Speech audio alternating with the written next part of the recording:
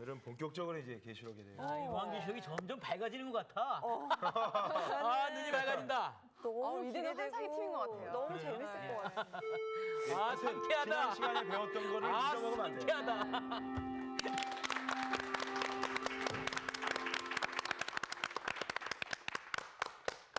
안녕하셨어요? 네. 오늘 왜 이렇게 시끌시끌해요?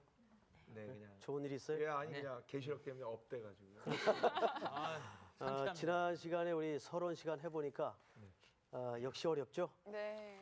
아니요, 맥락을 잡았습니다. 예, 맥락을 잡았어요? 예. 처음은 딱 지난번에 잘하네. 누가 쉽다 그랬지? 우리 상훈 학생이 그랬나? 네. 예, 쉬워요? 네. 네. 이렇게 마인드 컨트롤을 해줘야지 계속 쉬웁니다. 아 근데 진짜 그 종말에 대한 그 인식, 네. 그 역사의 끝이 아닌 그 지금이고 지금이 종말이다. 예, 그것만 알아도 계시록에 대한 그 오류에 빠지지는 않을 것 같아요. 예. 전도할 때 조금 힘들 것 같아요. 왜요? 왜? 지금이 종말입니다. 이야기가 조금. 더 현실적이죠. 우리 찬송가 가사에도 이런 가사 있잖아요. 네. 참 죽을 일 쌓였구나. 지금 세상에 얼마나 죽을 일이 쌓였습니까? 네. 이게 사실 지금 재앙 가운데 있는 거거든요, 이 세상이. 맞아요. 예. 재앙이 먼 훗날 벌어지는 게 아니에요, 사실은. 지금 네. 우리가 재앙 가운데 있어요. 엄밀한 의미에서. 이 재난을 받고 있단 말이에요. 어른들도 그럼요. 어른들도 막 무슨 일 있으면 꼭 말세야 말세 이렇게 예. 말씀하시잖아요. 세상 사람들이 정확히 얘기하죠. 지금 말세예요. 자, 우리 지난 시간에 세 가지 초점을 공부했죠, 계시록에. 네. 외워야 되는데 저거. 자, 첫째 뭐였어요? 세상은 종말은 있다. 세상의 종말은 소상의 종말이 있다. 뜻밖의 학생이 첫 대답을 해요. 있다. 예. 그것만 외웠을 겁니다. 무슨 나 두 번째도 맞히면 어떡할 거야? 오뎅 사드릴게요. 좋아요. 새 하늘과 새 땅, 야, 새 사람. 오뎅. 참 먹고 싶네. 자, 두 번째. 새 하늘과 새하늘, 네. 새 땅, 새 사람. 사람. 우리 상훈 학생이 예습을 많이 했어요. 복습하고. 새 하늘, 네. 새 새 땅, 땅, 새 사람. 새 사람. 또 세 예수 번째는 그리스도를 구주로 인정하는 사람이 나라에 옳지. 들어갈 수 있다. 어휴, 박수 한번 합시다. 와, 예수 그리스도를 아니 같이 한 번만. 그렇지, 한 번만. 주님은 짧은 시간도 역사하시니까요.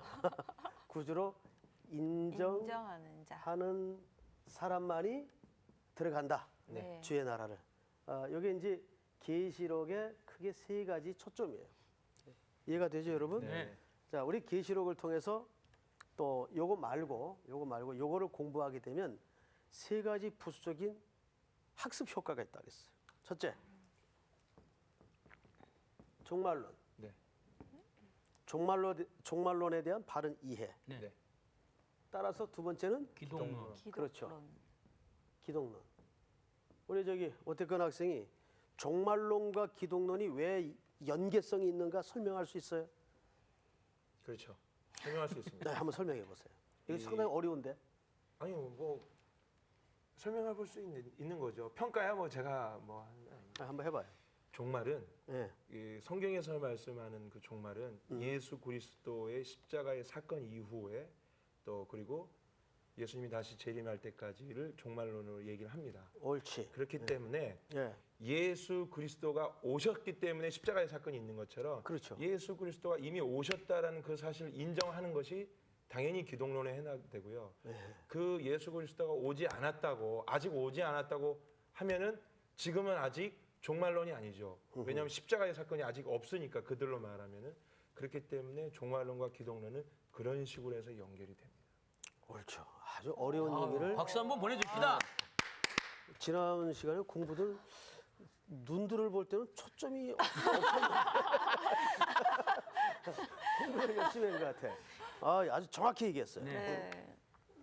종말론이 잘못되면 기독론이 잘못되는 거예요.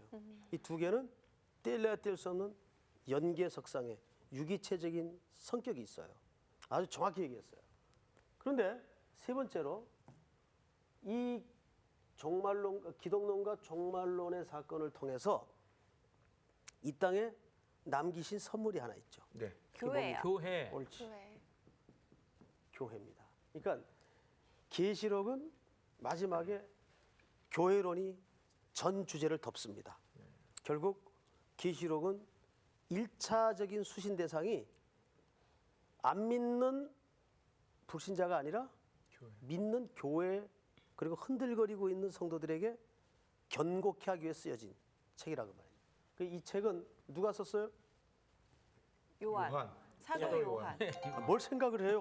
요한계시록이니까 요한이 썼겠죠. 근데 요한도 여러 종류의 요한이 네. 있죠. 예. 이 계시록을 쓴 요한은 사도 요한. 사도 사도 요한. 요한인데 언제 썼는가 하면 AD 95년도 도미티안. 이 아주 그 로마 황제 중에서도 아주 극악한 명성을 알렸던 황제입니다.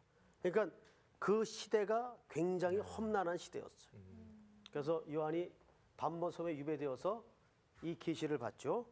자, 이 책이 요한이 썼다는 증거는 책 속에 한 4-5군데 내적인 증거가 있어요. 네. 예, 그거는 우리가 이제 공부를 하면서 살펴볼 내용이고, 자 오늘 이제 지난 시간에 이어서 오늘은 이제 본문으로 들어갑니다. 본문으로 요한계시록 1장 열으세요. 오늘의 말씀 요한계시록 2강 7명 7교회 송태근 목사님의 강의 시작합니다. 이 책을 계시라고도 했고 또 다른 말로 뭐라고도 했어요? 예언. 예언의 말씀이다. 예언의 말씀이다. 이 둘 차이를 혹시 설명할 수 있는 분? 예언과 계시의 차이. 같은 말이라고 했어요? 다른 말이라고 했어요? 다른 말이요. 이제 어떤 차이가 있을까요? 계시는요. 예언과 계시. 분명히 1절과 3절에 1절은 계시라고 표현을 했는데 네. 2절은 뭐라 그랬어요? 예언. 예언. 예언의 말씀이라고 그랬어요. 자, 계시와 예언의 차이는 뭐예요? 계시는 네, 말세에 일어날 현상들에 대해서 옳지. 이게 펼쳐져 놓은 마치 그림 같은 거고요. 예, 예언은 그 시대의 상황에 벌어질 일들에 대해서 하나님이 주도적으로 어떻게 일하실 것인가에 대해서 또 우리가 과정을, 어떻게 네. 살아야 할 것인가에 대해서 담은 계시는 상당히 말세에 대한 객관적인 평가에 대해 객관적인論이라면 예언은 하나님의 주관적인 것들이 담겨져 있는 것 옳지. 같더라고요. 조기 졸업해도 되겠어요. 아 어떻게 저를 쫓아내시면 안 되죠. 계시록은 마찬가지. 글쎄 말이야. 질투나. 이 지금 우리 지난 시간에 요 내용을 공부했죠. 예, 예. 근데 우리 저기 오태근 학생이 아주 정확하게 이해를 갖고 있어요. 이럴 때 선생님이 아주 큰 보람을 느낍니다. 여기 하나를 알면 하나를 정확히 얘기할 때 열을 할 거라고 말할 예, 것처럼 어떻게 어묵 사주시는 거죠. 어묵? 예. 아, 어묵만 사주겠어요. 공부 잘하면요 선생님이. 우리 오태근 학생 억구도 다니지. 아유 감사합니다. 저도 업어주세요. 사연. 자, 우리 공부합시다. 자, 이제 몇 절을 보시냐면 지난번 강의는 이제 넘어가고 4절을 보세요. 4절. 요한은 거기서부터 누가 읽어요? 저 백원경 학생 한번 읽어보실래요? 요한은 아시아에 있는 7 교회에 편지하노니 이제도 계시고 전에도 계셨고 장차 오실이시며 그의 보좌 앞에 있는 7 영과 또 충성된 증인으로 죽은 자들 가운데서 먼저 나시고 땅의 임금들의 머리가 되신 예수 그리스도로 말미암아 은혜와 평강이 너에게 있기를 원하노라. 우리를 사랑하사 그의 피로 우리 죄에서 우리를 해방하시고 그의 아버지 하나님을 위하여 우리를 나라와 제사장으로 삼으신 그에게 영광과 능력이 세세토록 있기를 원하노라. 다음에 아멘. 거기까지만 읽읍시다. 네. 우선 여기 지금 7 교회라는 표현이 등장을 해요. 네. 이제 그 요한계시록을 이제 공부를 하다 보면 이 7하고 친해져야 됩니다. 네. 네. 보통 7은 히브리 사람들의 개념 속에 어떤 수로 이해를 해요? 완전한 수. 완전한 수이면서 또 하나 개념이 있는데 충족수입니다. 충족수. 완전한 그러니까 7이라는 말이 많이 등장해요. 뭐 7영, 7별, 7교회, 때 7 촛대. 7인, 7 촛대. 촛대, 또 7 나팔, 나팔. 예. 또 7 대접. 이 7이라는 숫자와 아주 친숙하게 만나게 될 겁니다. 그래서 이 7이 갖는 의미가 뭔가? 첫째 2가지 의미라고 그랬어요. 네. 하나는 뭐예요? 완전수. 완전수예요. 그다음에 또 하나는 충족. 충족수예요. 이 7이 갖는 수는 완전수이면서 충족수예요. 수를 얘기합니다. 근데 7, 7 뭐예요? 교회. 교회. 자, 이 7교회가 어디쯤 위치에 있었는지 혹시 아시는 분 계세요? 위치로요? 예, 위치. 아시아. 그렇죠. 아시아인데 필리핀도 아시아고 대한민국도 아시아고 이게. 어느 쪽 아시아를 얘기할까요? 지금 터키 쪽 그쪽을 얘기하는 아시아. 터키. 예, 팔레- 그 혹시 근처. 터키 가봤어요? 예. 언제 가봤어요? 성지순례 때문에. 아이고 선생님도 안 다녀왔는데 학생이 저렇게 부지런히 예습을 하고 돌아다녔어. 예. 예? 자, 여기서 말하는 7교회가 있었던 위치는 바로 우리 학생이 얘기한 대로 터키 지역을 얘기합니다. 88 올림픽 때 우리나라에서 뭐가 있었어요? 올림픽이요. 우리나라에서 올림픽이 있었죠. 그때 이제 제가 그 터키 선수단 영접을 맡았어요. 오. 네, 근데 그 전체 선수단 영접을 맡은 게 아니고 태권도 팀 네. 영접을 맡았. 그때 태권도가 15분 경기였어요. 근데 이제 그 나라는 이슬람 국가 아닙니까? 그러니까 종교 경찰이 따라왔더라고요. 선수단 속에 끼어가지고 혹시 뭐 이거 이상할까봐. 그 이제 그 사람들이 영어도 안 되고 또 한국말로 안 되고 저도 터키어도 할 수가 없고 응원을 해야 되겠는데 교인들 데려가서 장충체육관에서 국리를 하다가 터키라는 말하고 비슷한 노래가 하나 있어요. 산토끼. 그래서 산터키. 앉아가지고 브라보. 산토끼 토끼야. 그러니까 걔들은 뭐 응원가에서 무슨 토끼 얘기 나오니까 굉장히 좋아하더라고요. 나 여기 토끼 하면 그 생각이 나요. 산토끼 토끼야. 어디를 가느냐. 터키가 터키 말로 터키인가 보죠. 몰라 그건 아닌 것 같은데. 그렇군요. 자, 아니, 여기 지금 7교회는 그 터키 지역에 위치해 있었던 잘 들으세요 지금부터 가상교회입니까 실제 교회입니까? 실제. 교회. 무슨 가상교회? 예, 실제 실제 교회죠. 실제수. 이 정신줄 놓고 있어요. 실제수. 이건 실제 다시 말해서 역사의 실제 했던 교회입니다. 일부 자유주의 신학자들 가운데 이 계시록에 나오는 7교회를 가상의 교회다, 상징적 교회다 이렇게 해석을 하고 이해하는 사람들이 있는데 아닙니다. 이거는 그대로 역사 속에 실제했던 교회고 역사가로 유명했던 요세푸스도 그의 역사 기록에서 이 이야기를 많이 인용해 있고 또 그 교회 흔적이 지금도 있어요, 없어요? 있습니다. 네. 실제했던 교회. 그런데 실제했던 교회이면서 또 하나 의미가 뭐냐 하면 이 교회는 상징적 교회이기도 합니다. 실제이면서 뭐라고요? 상징적. 상징적 교회. 자, 그럼 뭐에 대한 상징적 교회냐? 7교회가. 7교회는 터키 지역으로 중심한 그 소아시아 지역에 실제했던 교회, 역사 속에. 근데 이게 7교회예요. 그 7은 뭐라 그랬어요? 완전 수면에서 충족수예요. 예? 그러면 왜 하필 7교회냐? 그리고 이 교회는 그 당시에 여러분 7교회 외에도 다른 교회가 있었을까요, 없었을까요? 있었어요. 있었죠. 뭐 데살로니가 교회도 있었고 고린도 교회도 있었고 있었죠. 근데 왜 하필 7교회일까? 이런 예를 한번 들어보죠. 지금 우리나라를 대표할 수 있는 교회라 그러면 어느 교회를 얘기할 수 있을까요? 어쨌든 세계에서 단일 교회로 제일 큰 무슨 교회? 순복음 교회가 있어요. 한국 교회에서 순복음 교회를 빼놓고 또 설명이 안 되죠. 순복음 교회. 또 대표성을 그래도 가질 수 있는 게 어떤 교회일까요? 영락교회. 영락교회도 역사적으로 대표성이 있죠. 또 뭐 사랑의 교회. 사랑의 교회. 사랑의 교회는 이제 근래에 들어와서 예. 한국계 이렇게 부상한 아주 건강한 교회 중에 저희 하나이고 교회요. 무슨 교회? 소망교회. 소망교회. 또 온누리 교회도 있고요. 뭐. 강남교회가 있습니다. 그 말씀 아, 듣고 싶으셔가지고. 나 큰 교회를 그거 내가 한번 왜 몰랐지? 썼어봤거든요. 아, 자, 그건 이제 제가 하는 얘기고 어쨌든 정말 강남에 있더라고요. 자 보세요. 여기서 말하는 7교회라는 것은 그 당시 교회가 7개밖에 없었기 때문에 7교회가 아니에요. 그 당시 실제했던 모든 교회를 그래도 대표할 만한 교회를 꼽은 게 7교회입니다.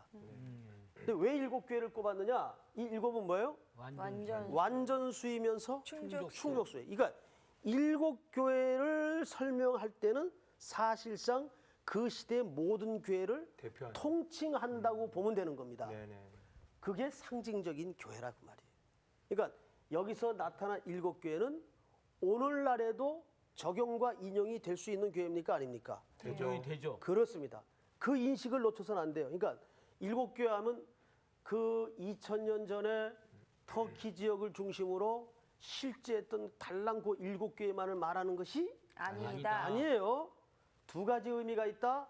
실제했던 역사적 교회이면서 그 시대를 대표할 수 있었던 교회다. 그리고 그 교회는 오늘날 모든 교회. 전 교회를 통칭해서 대상이 되는 교회였다. 그러니까 지금부터 펼쳐지는 이 계시록의 모든 내용이 사실상 모든 교회를 대상으로 설명되어질 내용이다라고 보면 정확한 겁니다. 네. 이제 이 두 의미를 알겠죠? 네. 아, 7교회는 실제적인 의미가 있고 무슨 의미가 있다? 상징적인 의미가 있다. 자, 지난 시간보다 조금 쉽죠? 네. 예. 선생님도 연구를 많이 했어요. 어떻게 하면 좀 우리 학생들에게 이걸 쉽게 떠먹일 수 있을까? 예. 아주 그게 어려워요. 제가 은사가 뭐냐면 쉬운 걸 어렵게 말하는 은사가 있거든요. 근데 이제 성서학당 하면서 이 은사를 좀 바꾸려고 제가 굉장히 기도를 많이 했어요. 저희는 또 어려운 걸 쉽게 받아들이는 은사가 있어요. 아멘, 아멘, 아멘. 예. 아주 기특해요. 저는 뭐 어렵게 얘기하시든 쉽게 얘기하시든 먹는 은사가 있어요. 자, 이제 또 갑니다. 네. 본문을 보십시다. 4절. 요한은 아시아에 있는 7교회에 편지하노니 이제도 계시고 전에도 계셨고 장차 오실 이와 그 보좌 앞에 있는 무슨 영? 일곱 또 여기 뭐 나와요? 일곱 영. 영.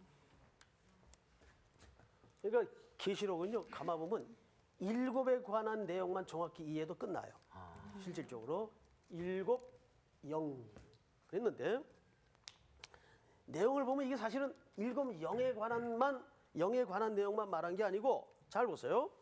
4절을 제가 꼼꼼히 좀 다시 짚어드리겠습니다. 요한은 아시아에 있는 7교회. 자, 이 7교회는 실제적인 의미가 있고 상징적인 의미가 있었다. 이해가 됐죠? 네. 편지합니다.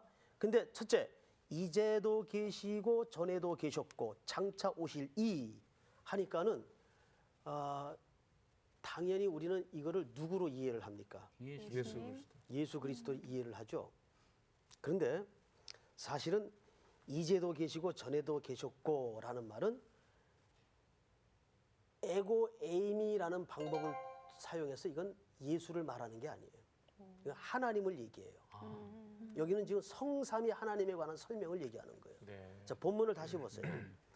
이제도 계시고 전에도 계셨고 장차 오실 이 장차 오실 이라는 표현 때문에 우리는 생각 없이 예수 그리스도일 거라고 생각을 합니다. 그런데 장차 오신다는 말은 예수님이 재림한다는 그 의미만 있는 게 아니고 하나님에 관해서 설명할 때도 그분의 통치가 임하고 그분의 구원의 완성이 임하는 이 모든 것들 이렇게 표현합니다.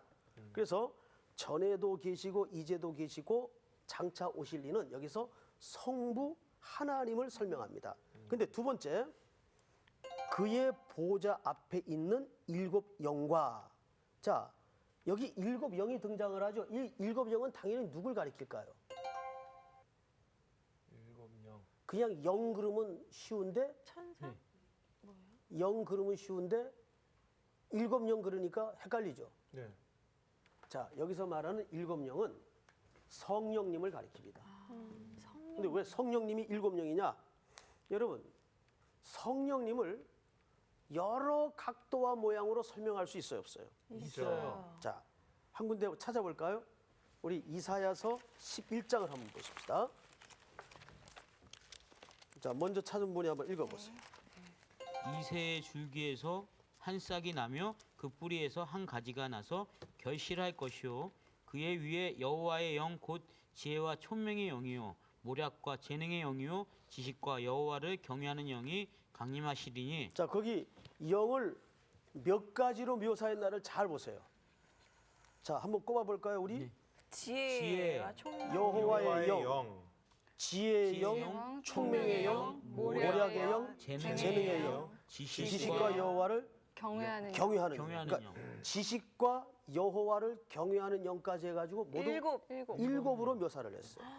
그러니까 이거를 계시록에서는 뭐라고 표현을 했어요? 일곱 영으로 묘사를 했어요. 이해가 됩니까? 네. 그러니까 여기서 일곱 영이라고 해서 영이 7개다 그 말이 아니에요. 성령님을 몇 가지 시각에서 본 겁니까? 일곱 가지 시각. 7가지 대표적인 성령님의 속성을 7가지 속성에서 본 거예요. 그래서 그거를 다른 말로 일곱 영이다 이렇게 얘기를 하는 거예요. 그러니까 이거는 성령님이 7이다 그 말이 아니에요. 네네. 성령님 속에 계시는 대표적인 속성 7개를 말할 때 일곱 영이다 이렇게 얘기를 하는 겁니다. 이해가 되죠? 네. 그다음에 또 보세요. 일곱 영. 계시록 1장으로 다시 가십시다. 또 충성된 증인으로 죽은 자들 가운데서 먼저 나시고 땅의 임금들의 머리가 되신 예수 그리스도로 말미암아. 이분은 누구예요? 당연히 예수 그리스도. 예수 그리스도입니다. 이제 이해가 되죠? 네. 그러니까 지금 그 본문만 해도 성부와 성령과 성자 세 분이 등장을 합니다. 네. 맞죠? 네. 예. 자, 정리합니다.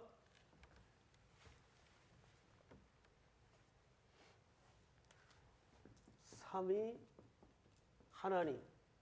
자, 여기서 삼위 하나님이 설명이 다 됐어요, 안 됐어요? 됐어요. 됐죠? 예. 자, 확인을 하십시다. 4절. 7 교회에 편지하노니 이제도 계시고 전에도 계셨고 장차 오실 이는 누구를 가리킨다고요? 하나님. 성부 하나님을 가리켜요. 여기에서 우리가 혼란을 일으키지 말아야 할 부분이 하나 있어요. 네. 다시 오실. 오실 이. 예. 그러니까 장차 다시가 아니라 예. 장차 오실 이 말은 하나님도 하나님에 대해서도 이 표현을 쓸 수가 있어요. 왜? 그분의 온전한 통치, 온전한 구속, 온전한 완성을 헬라적 의미로 이렇게 묘사를 할 수가 있다 그 말이에요. 그래서 이 첫 번째 부분을 삼위 하나님 중에 성부 하나님에 관한 부분이요. 두 번째는 그의 보좌 앞에 있는 무슨 영? 일곱 영. 그러니까 이 보좌는 누구의 보좌입니까? 하나님의 방금 설명된 아버지의 보좌를 얘기하는 거예요. 성부 하나님의 보좌를 얘기하는 거예요. 네. 일곱 영. 그러니까 이 일곱 영은 성령이 7분이다.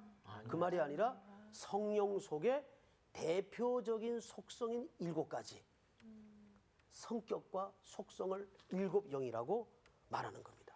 그다음에 맨 끝에 누가 등장을 합니까? 또 예수. 충성된 증인. 자, 여기서 예수님에 대해서는 첫째 성부 하나님에 대해 소개됐죠. 두 번째 일곱 영으로서 성령 하나님에 대해 소개됐어요. 세 번째 보세요. 예수님을 뭐라고 묘사해요? 충성된 증인. 증인. 자, 증인이라는 헬라 말이 갖는 어근이 뭐냐면 항상 증인은 어떤 경우에만 붙이는가 하면 순교자에게만 붙여요. 순교. 그래서 이 순교는 무엇을 위한 순교냐면 반드시 이 충성이라는 주제가 단어가 등장할 때는 말씀에 대한 충성입니다. 그러니까 예수님은 사실상 이 땅에 왜 오신 거예요? 아버지의 말씀을 이루고 순종하기 위해서 오신 거예요. 그래서 예수 그리스도를 충성된 증인이라고 말하는 겁니다. 여러분 혹시 누가 고린도 전서 4장을 빨리 찾으세요. 고린도 전서 4장. 자, 우리 찾은 분이 1절, 2절을 한번 읽을까요? 사람이 마땅히 우리를 그리스도의 일꾼이요 하나님의 비밀을 맡은 자로 여길지어다. 그리고 맡은 자들에게 구할 것은 충성이니라. 자, 방경림 학생. 네. 그리고 맡은 자들이 구할 것은 충성의 주제가 나오죠. 네. 그런데 뭘 맡았다는 얘기예요? 1절에 뭘 맡았다는 얘기예요? 비밀을 맡은 자. 하나님의 비밀을 맡은 자로 얘기해요. 그게 무슨 소리예요? 하나님의 비밀이 뭐예요? 말씀이에요. 말씀이요. 그러니까 항상 성경에는 잘 보세요, 우리 학생들. 일관된 원리가 하나 있어요. 충성이라는 말이 등장을 할 때는 반드시 무엇과 연결이 된다? 말씀과 연결이 된다. 근데 여기 증인은 이 말씀 때문에 죽임당한 존재를 가리킵니다. 이 말씀을 지키고 변화하다가 바울이 목회를 하고 선교를 할 당시에는 어떤 이단들이 번성을 했는가 하면 영지주의자들이 발호를 했어요. 영지주의자들에 대한 설명은 또 너무 엄청나기 때문에 이 시간 이제 짧은 시간에 그걸 다 설명할 수는 없고, 영지주의자는 어쨌든 간단히 얘기해서 육은 더럽고 영은 깨끗한 것이다. 그래서 우리 전 존재를 이원론적인 시각으로 이해를 갖고 있었어요. 그래서 육체를 놓고 두 가지 극단이 나눠졌어요. 초경건주의가 발생을 했고 쾌락주의가 발생했어요. 이거 어차피 육은 더러운 것이다. 그냥 육이 원하는 대로 두자. 그래서 캐세라 세라 이런 식으로 육을 막 방종에 내몰았어요. 이런 극단 쾌락주의가 한쪽에 발생을 했고, 한쪽은 이 육은 죽여야 된다. 그래가지고 초경건주의가 갈라졌어요. 이 영지주의자들의 잘못된 신학 사상을 통해서. 그래서 이것들이 교회에 들어와서 복음을 많이 훼손시켰습니다. 그러니까 바울이 이 복음을 맡은 자로서 바로 그 충성을 얘기하는 겁니다. 그래서 디모데후서 4장 6절에서 8절까지 보면 바울이 7절에 이런 얘기를 해요. 나의 달려갈 길을 마치고 내가 뭘 지켰다 그래요? 믿음을 지켰으니. 기억나죠? 네. 처음 들어요? 아니요, 기억나요. 나의 달려갈 길을 마치고 믿음을 지켰으니, 거기서 말하는 믿음이라는 게 유일한 위탁물이라는 뜻입니다. 근데 그 당시 유일한 바울에게 맡긴 위탁물이 뭐겠어요? 말씀이에요. 그래서 항상 계시록을 오늘 다시 보세요. 계시록을 보시면 예수 그리스도에 대해서 5절에 어떻게 소개하고 있는가를 저 백원경 학생 한번 읽어보세요. 충성된 증인으로 죽은 자들 가운데서 먼저 나시고 땅의 임금들의 머리가 되신 예수 그리스도. 그렇죠. 예수 그리스도를 뭐라고 묘사했어요? 충성된 증인들. 그런데 거기에서 경천동지할 어마어마한 중요한 단어 하나가 있어요. 그 단어를 찾는 사람에게는 제가 오늘 수업 조퇴시키겠어요. 먼저 나시고. 먼저 나시고. 이거 어떻게 알았어요? 알았어요. 일단 다 내보낼 수는 없고 앉아 계세요. 그대로. 자, 보세요. 지금 여러분들이 발견한 그 5절 가운데 제일 중요한 단어가 먼저 나시니라는 단어입니다. 그 단어에다가 빨간 볼펜으로 동그라미를 치세요. 그거는 자, 보세요.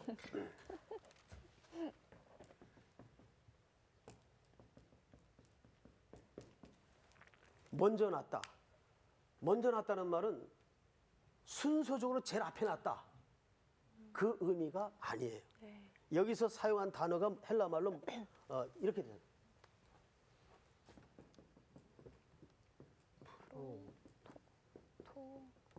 프로토토코스라고 돼 있어요.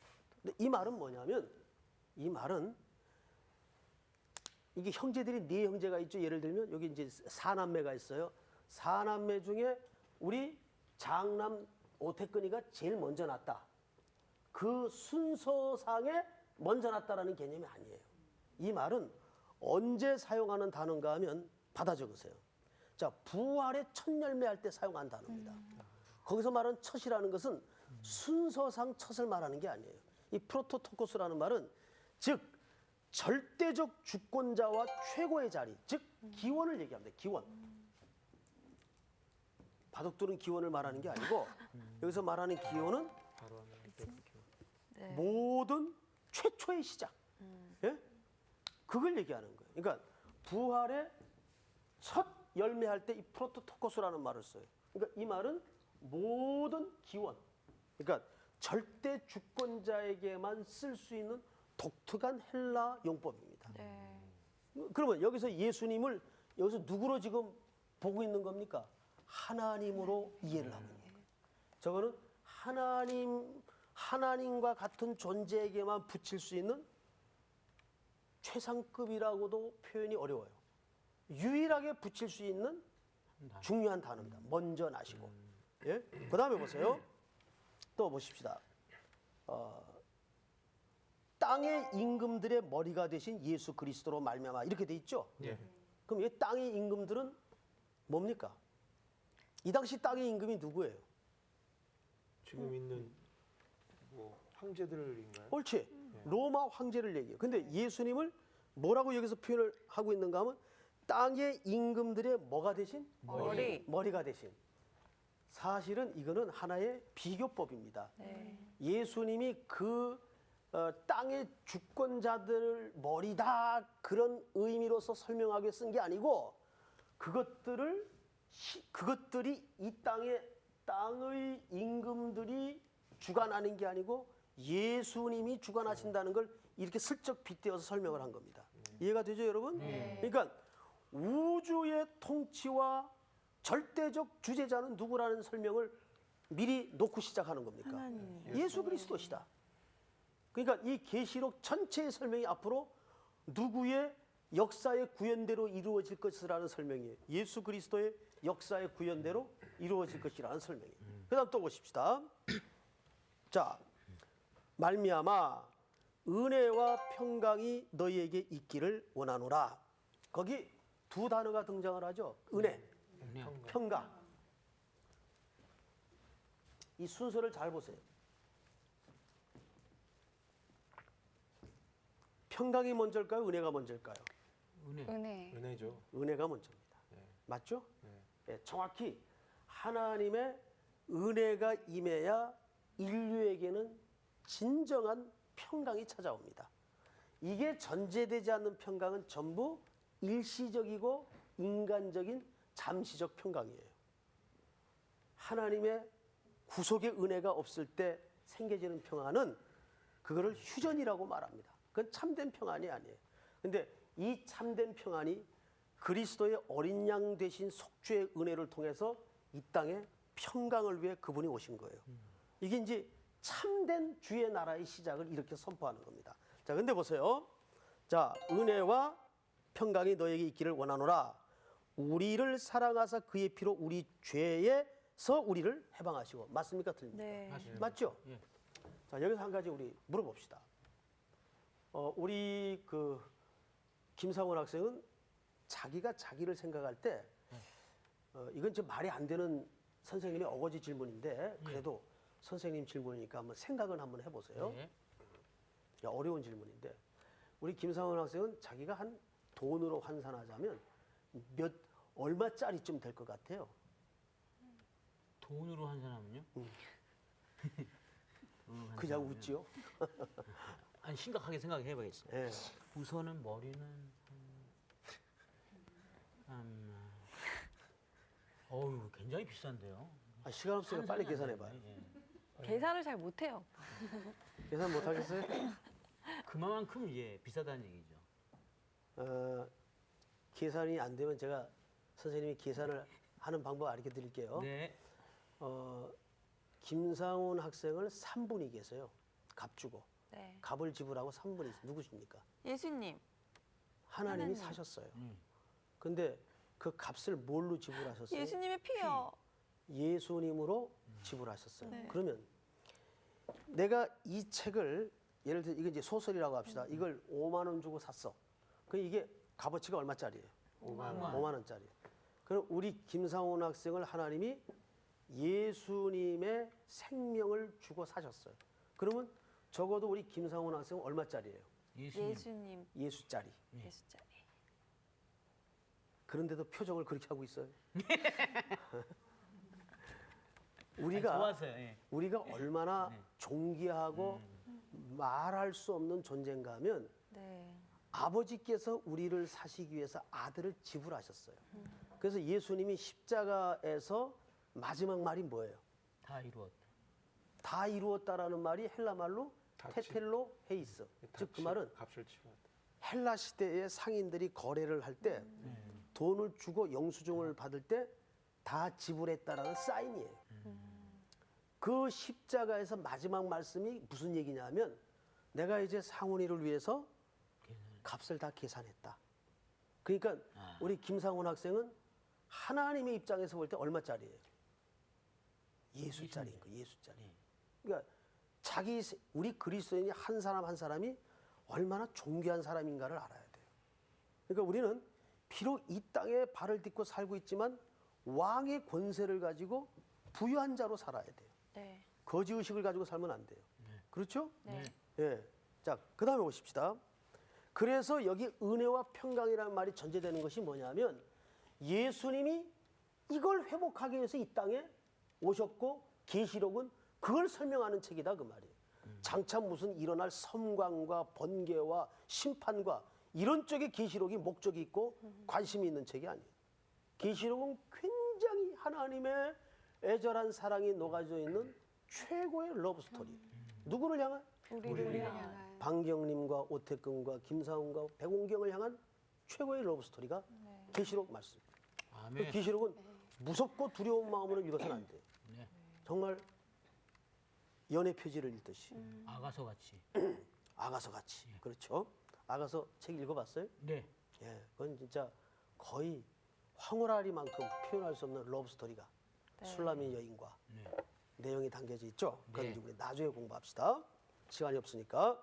자, 그 다음에 또 보십시다. 6절을 누가 한번 읽어볼래요? 6절. 그의 아버지 하나님을 위하여 우리를 나라와 제사장으로 삼으신 그에게 영광과 능력이 세세토록 있기를 원하노라. 아멘. 자, 우리를 뭐와 뭐로 삼으셨어요? 우리를 나라와 제사장으로. 제사장. 나라와 제사장. 제사장. 자, 이 나라는 당연히 하나님. 이 나라는 당연히 하나님의 나라. 나라를 얘기. 하나님의 나라의 주제는 누구예요? 예수 그리스도입니다. 예수 그리스도가 통치하지 않는 나라 하나님의 나라가 아니에요. 그 나라 안에 우리를 한 민족과 한 백성으로 삼았다는 얘기. 그게 계시록에 펼쳐질 주제입니다. 그리고 또 뭘로 삼았어요? 제사장으로 삼았어요. 제사장은 어디서 필요한 존재입니까? 이 땅에 필요한 존재예요. 이 땅에 아직도 하나님과 화목하지 못하는 현장에 화목하지 못하는 생명들에게 우리가 뭘로 부름받았다는 거예요? 제사장. 제사장으로 부름받았다는 거예요. 시간이 없으니까 고린도 후서 5장을 빨리 찾아보세요. 찾아서 17절, 18절을 우리 오태근 학생 읽어보세요. 그런즉 누구든지 그리스도 안에 있으면 새로운 피조물이라 이전 것은 지나갔으니 보라 새 것이 되었도다. 모든 것이 하나님께로 났으며 그가 그리스도로 말미암아 우리를 자기와 화목하게 하시고 또 우리에게 화목하게 하는 직분을 주셨습니다. 자, 잘 보세요. 우리를 새로운 피조물로 만드셨어요. 근데 그 목적이 뭐라고 설명되어 있습니까? 18절에 화목하게 하는 화목하게 직분을 주시고 우리를 화목케 하셨고 하나님과 원수 되었던 우리를 화목케 하셨어요. 그래서 새로운 피조물로 만드셨어요. 왜? 18절 한번 다시 읽어보세요. 모든 것이 하나님께로서 났으며 그가 그리스도로 말미암아 우리를 자기와 화목하게 하시고 또 우리에게 화목하게 하는 직분을 주셨습니다. 아멘. 네. 우리 직분이 뭐예요? 화목하게 하는 직분. 그 직분이 뭐예요? 제사장. 제사장이에요. 그 다음에 오늘 본문으로 다시 가서 이제 마무리하십시다. 7절. 7절을 저기 우리 백원경 학생 한번 다시 읽어보세요. 볼지어다 그가 구름을 타고 오시리라. 각 사람의 눈이 그를 보겠고 그를 찌른 자들도 볼 것이요 땅에 있는 모든 족속이 그로 말미암아 애곡하리니 그러하리라. 아멘. 자, 보세요. 거기에 보면 그가 뭐를 타고 오세요? 구름. 자, 손오공만 구름을 탑니까? 아니요. 여기서 근데 원문에는 구름을 이렇게 타고 온다는 말이 아니고 위드, 구름과 함께. 그러니까 성경에서 구름이 등장하는 것은 왜 등장하냐면 하나님의 영광과 임재를 나타낼 때 구름이 등장하래요. 이게 전형적인 묵시 문학의 표현 방법이에요. 그래서 여기서 말하는 구름은 구름을 타고 진짜 예수님 오신다는 말이 아니고 구름과 함께. 구름이 임할 때 그분의 임재를 경험하는 거예요. 임재를. 그리고 성경에도 보면 구약에 성전 가득히 연기가 있었죠. 그때 하나님의 영광이 임하지 않습니까? 그 영광스러운 장면을 이사야가 보고 화로다 나여 망하게 되었도다. 그런 표현을 했지 않습니까?